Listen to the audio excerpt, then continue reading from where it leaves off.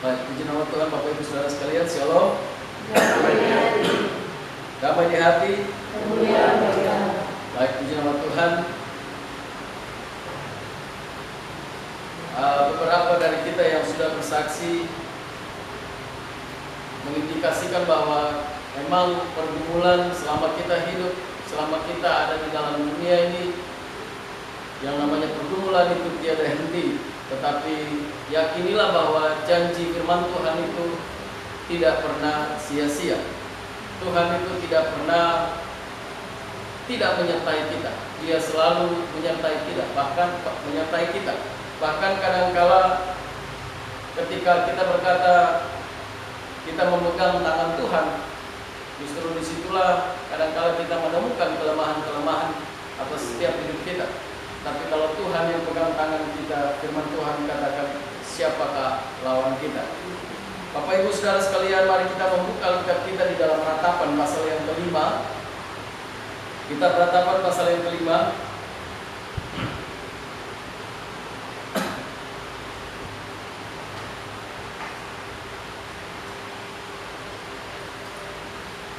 Ratapan pasal 5, kita baca satu pasal ini. Saya akan baca secara cepat dan Bapak Ibu boleh memperhatikan Alkitabnya masing-masing. Dengan perikop doa untuk pemulihan dalam kitab Ratapan pasal 5. Saya akan bacakan. Ingatlah ya Tuhan apa yang terjadi atas kami. Pandanglah dan lihatlah akan kehinaan kami. Milik pusaka kami beralih kepada orang lain, rumah-rumah kami kepada orang asing. Kami menjadi anak yatim, tak punya bapa dan ibu, kami seperti janda. Air kami minum dengan membayar. Kami mendapat kayu dengan bayaran. Kami dikejar dekat-dekat, kami lelah. Bagi kami tak ada istirahat. Kami mengulurkan tangan kepada Mesir dan kepada Asyur untuk menjadi kenyang dengan roti. Bapak-bapak kami berbuat dosa, mereka tak ada lagi, dan kami yang menanggung kedurjanaan mereka. Pelayan-pelayan memerintah atas kami, yang melepaskan kami dari tangan mereka tak ada. Dengan bahaya maut karena serangan pedang di padang gurun, kami harus mengambil makanan kami. Kulit kami membara laksana perapian karena nyerinya kelaparan. Mereka memperkosa wanita-wanita di Sion dan gadis-gadis di kota-kota Yehuda. Pemimpin-pemimpin digantung oleh tangan mereka, para tua-tua tidak dihormati. Pemuda-pemuda harus memikul batu kilangan, anak-anak terjatuh karena beratnya pikulan kayu. Para tua-tua tidak berkumpul lagi di pintu gerbang. Para teruna berhenti main kecapi, lenyaplah kegirangan hati kami. Tari-tarian kami berubah menjadi perkabungan, mahkota telah jatuh dari kepala kami. Wahai kami, karena kami telah berbuat dosa. Karena inilah hati kami sakit, karena inilah mata kami jadi kabur. Karena bukit Sion yang tandus, di mana anjing-anjing di hutan berkeliaran. Engkau, ya Tuhan, bertahta selama-lamanya. Tahtamu tetap dari masa ke masa. Mengapa engkau melupakan kami selama-lamanya, meninggalkan kami demikian lama? Bawalah kami kembali kepadamu, ya Tuhan, maka kami akan kembali. Baharuilah hari-hari kami seperti dahulu kala. Atau apa engkau sudah membuang kami sama sekali? Sangat murkakah engkau terhadap kami? Amin. Bapak Ibu Saudara yang dikasihi oleh Tuhan, bagian ini merupakan sebuah semacam keluhan yang disampaikan oleh Yeremia kepada Tuhan terkait dengan keadaan mereka karena dikuasai oleh kerajaan Babel, ya, yang sungguh luar biasa kekuatannya. Diizinkan Tuhan untuk mereka, bangsa Israel ini, umat Tuhan, ada di dalam satu perbudakan lagi, pembuangan di Babel, dan dikuasai mereka bukan semata-mata karena Tuhan iseng-iseng lalu sengaja buat mereka begitu, tetapi ada faktor lain sehingga Tuhan ingin mereka ada di tempat itu, yaitu dosa yang rasanya mereka sudah tidak peduli lagi tentang Tuhan dalam hidup mereka. Mau para imam kah atau orang berbuat baik, itu orang nanti bilang munafik. Orang bicara firman sendiri sok rohani. Orang tegur bilang kau siapa? Jadi taunya hanya berbuat dosa. Nah, akibatnya apa? Bahwa yang terjadi, kita baca di dalam kitab Penetapan pasal 5 ini, yang terjadi bahwa yang merupakan milik mereka juga pun, yang selama ini mereka nikmati atau kekayaan alam yang mereka punya juga pun dikuasai oleh orang Babel. Maka di ayat yang kedua itu berkata, milik pusaka kami beralih kepada orang lain, rumah-rumah kami kepada orang asing, kami menjadi anak yatim. Ayat yang keempat, air kami minum dengan membayar. Bapak Ibu boleh membayangkan betapa beratnya hidup di dalam keadaan seperti itu. Sekali lagi, ini bukan iseng-isengnya Tuhan, tetapi ada akibat dari tindakan umat Tuhan, dan Tuhan izinkan untuk mereka ada dalam situasi ini. Saya ketika membaca ini merenungkan dengan baik bahwa hidup kita memang hari-hari ini tidak dijajah sama seperti yang atau sedang mengalami peperangan yang ingin dikuasai oleh satu negara. Kita sudah berlalu. Tapi umat Tuhan hari-hari ini, khususnya kita di wilayah Papua, Maluku dan seterusnya, kita memperhatikan dengan baik bahwa kantor-kantor Kristen, tetapi lebih banyak kita berkecamuk dengan dosa.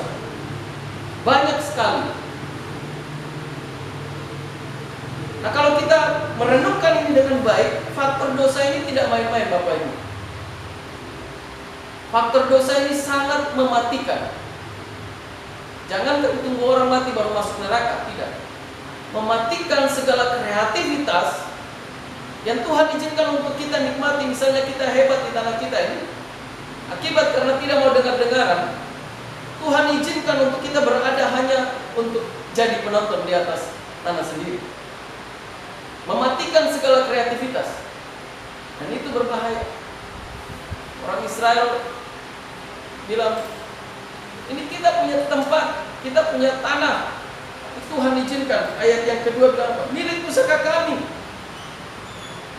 jadi milik orang lain. Sakit hati tidak? Sakit hati. Tapi apa yang mau dilakukan? Orang di sana lebih siap, musuh lebih siap, memberontak atau serahkan nyawa. Cuma-cuma begitu.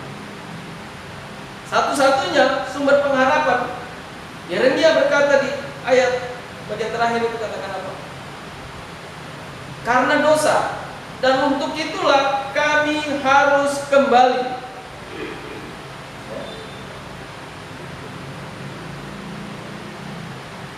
Harus kembali. Bertobatan itu harus ada di dalam kehidupan kita sebagai orang percaya.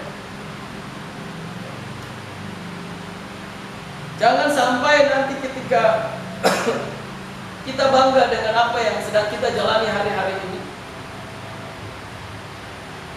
ekonomi mulai pulih, keadaan mulai membaik, lalu lupa tentang kasih karunia Tuhan atas hidup kita. Lalu ketika Tuhan izinkan kita ada di dalam situasi sulit, maka kita akan melihat ayat yang kedua itu, Tuhan ambil apa yang menjadi milik kita, kasih ke orang lain. Karena kita tidak siap, taunya hanya menikmati berkat, tapi tidak mau untuk bersyukur di dalam Tuhan. Banyak, Bapak Ibu. Buka mata sedikit, di kota Sodom terjadi kejahatan. Lihat begini, dia bernama Petrus. Lihat begini, dia bernama Yohanes. Dia marga ini, marga itu. Kita sudah tahu. Segala macam kejahatan terjadi. Ayat 4 bilang, air kami itu milik kami, tapi kami mau minum saja harus bayar. Tinggal di atas tanah yang diberkati oleh Tuhan. Tapi kalau tidak ada pertobatan, Tuhan izinkan untuk kita hanya menjadi penonton. Mau bikin apa-apa bayar. Ayat yang ke-6, Kami mengulurkan tangan kepada Mesir dan kepada Asyur untuk menjadi kenyang dengan roti. Mau makan saja setengah mati di atas tanah sendiri. Dan Tuhan tidak main-main dengan yang namanya dosa. Tuhan sekali bertindak, itu yang dirasakan. Setengah mati. Kami mengulurkan tangan kepada Mesir dan kepada Asyur untuk menjadi kenyang dengan roti. Mau makan itu harus tunggu orang datang, atau bahasa kasarnya tak ada tangan ke orang lain untuk makan. Nah, Bapak Ibu yang dikasihi oleh Tuhan, kita renungkan dengan baik. Saya tadi katakan di awal bahwa kita sedang tidak berada dalam penjajah atau dijajah secara politik. Tetapi faktor utama adalah tentang dosa. Dan dosa itu juga berbicara dalam kehidupan kita sebagai orang percaya ini adalah memiliki kesadaran untuk bertobat, kesadaran untuk kembali kepada Tuhan, kesadaran untuk sungguh-sungguh mencari Tuhan, kesadaran untuk beribadah, kesadaran untuk saling menghormati, buang yang namanya kedengkian, buang yang namanya iri hati, buang yang namanya kesombongan dari hidup kita sebagai orang percaya.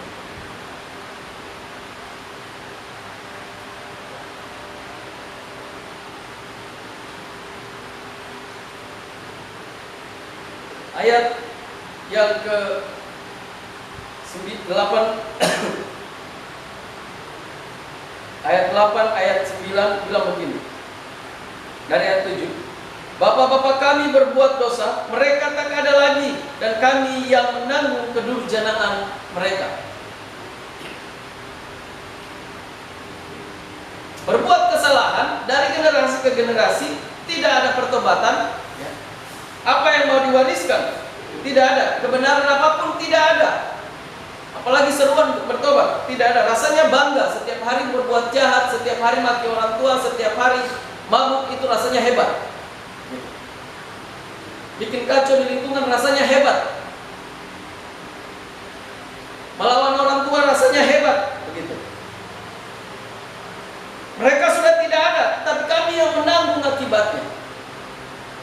Pelayan-pelayan memerintah atas kami. Yang dulu kita mungkin anggap mereka ya orang yang hampir baru kita main suruh-suruh saja karena kita tuan tanah. Tapi Tuhan izinkan kita yang jadi dapat suruh di atas tanah kita sendiri. Tuhan izinkan itu. Pelayan-pelayan memerintah atas kami, yang melepaskan kami dari tangan mereka tidak ada. Apalagi kita bicara sistem politik. Ayat 9. Dengan bahaya maut karena serangan pedang di padang gurun, kami harus mengambil makanan kami. Setengah mati mau cari makan, bertaruh nyawa. Kulit kami membara laksana perapian karena nyerinya kelaparan. Bapak Ibu yang dikasihi oleh Tuhan, Yeremia menggambarkan keadaan umat Tuhan yang atas seizin Tuhan berada di dalam pembuangan, yang diizinkan untuk berada di dalam yang namanya tekanan. Keadaannya seperti ini.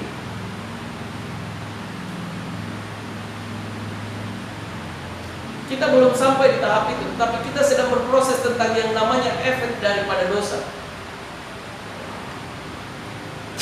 Kita sedang tidak ditawan secara politis, tapi kita sedang berproses dengan akibat-akibat dosa yang tidak kita sadari.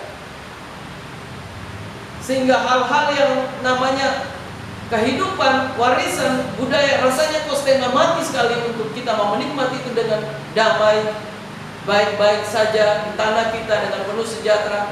Itu rasanya susah, setengah mati. Kita mau keluar jam 9 malam pergi cari beli makan saja rasanya pikir 2 kali. Sampai saya pergi ke sana itu dapat begal lagi. Atas tanah kita sendiri, atas keadaan kita. Bapak Ibu yang dikasih oleh Tuhan, faktor dosa itu mempengaruhi.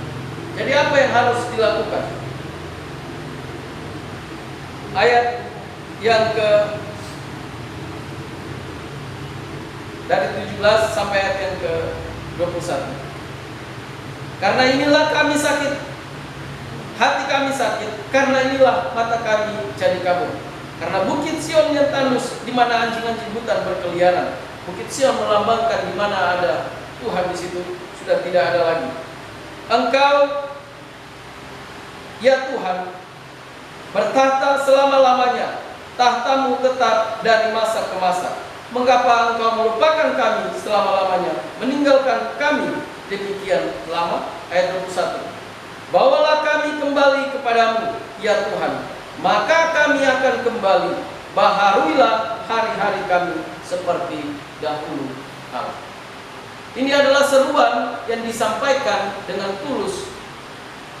Meskipun dalam beberapa tafsiran katakan ini semacam keluhan yang disampaikan oleh Nabi Yeremia kepada Tuhan, dan faktanya memang ini adalah keluhan, tapi sekaligus untuk memperdengarkan kepada seluruh umat Tuhan bahwa jauh lebih baik adalah bertobat kepada Tuhan dibandingkan dengan bangga dengan dosa-dosa. Karena efek sampingnya tadi sudah dilihat bahwa ditindas sedemikian rupa, tinggal di tanah sendiri juga pun tetap terjajah, mau bikin apa-apa harus bayar, tidak bisa menikmati sesuatu dengan damai sejahtera.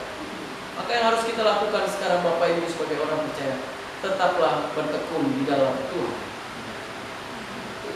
Keadaan dunia tidak sedang baik-baik saja, Tuhan ingin untuk kita tetap mencari Dia. Tuhan ingin untuk kita tetap menikmati persekutuan itu dengan Tuhan, bukan persekutuan dengan dunia. Kalau kita sedang mengalami pergumulan persoalan ekonomi, jangan untuk menduakan Tuhan. Tetap percaya bahwa Tuhan tetap akan menolong. Kalau kita sedang bergumul tentang anak kita, jangan keluarkan kata kutuk. Berdoalah dan percayalah bahwa Tuhan yang akan mengubah. Tanggung jawab kita adalah mendidik, mendoakan. Jangan pernah berhenti berdoa. Kita berhenti berdoa, iblis yang ambil alih.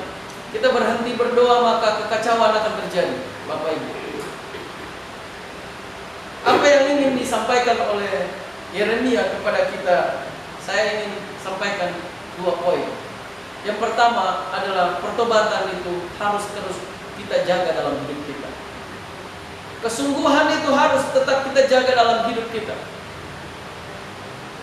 Tidak hanya puas untuk kita melabeli diri kita atau KTP kita sudah Kristen lalu kita cukup puas terdaftar sebagai jemaat Gereja Kristen Alkitab Indonesia Kota Sorong, LCD Kota Sorong. Cukup terdaftar, tapi malas sekali mau datang beribadah. Dengan firman Tuhan tersinggung sedikit, besok 2-3 minggu tidak datang ibadah. Stop dengan hal-hal yang demikian. Tetap Tuhan izinkan untuk kita berada di dalam hal-hal seperti itu, untuk kita semakin berakar di dalam Dia dan semakin kuat menghadapi tantangan zaman. Tuhan izinkan kita seperti itu.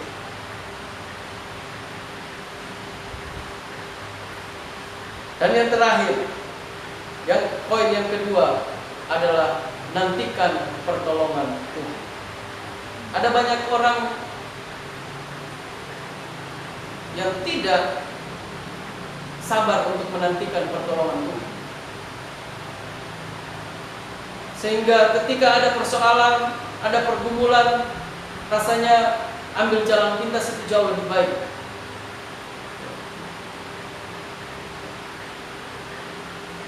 Mungkin dia punya uang yang kasih pinjam di keluarga kak, saudara kak, ini kebetulan saya ada setengah mati jadi pergi minta hutang itu, mungkin yang saudara ini lagi susah juga belum bisa bayar. Pergi maki, pergi pukul. Jangan Bapak Ibu. Tetap percaya bahwa Tuhan akan menolong. Di dalam semua itu kita mau belajar apa yang dialami oleh umat Tuhan. Kita juga pun mengalami pergumulan-pergumulan.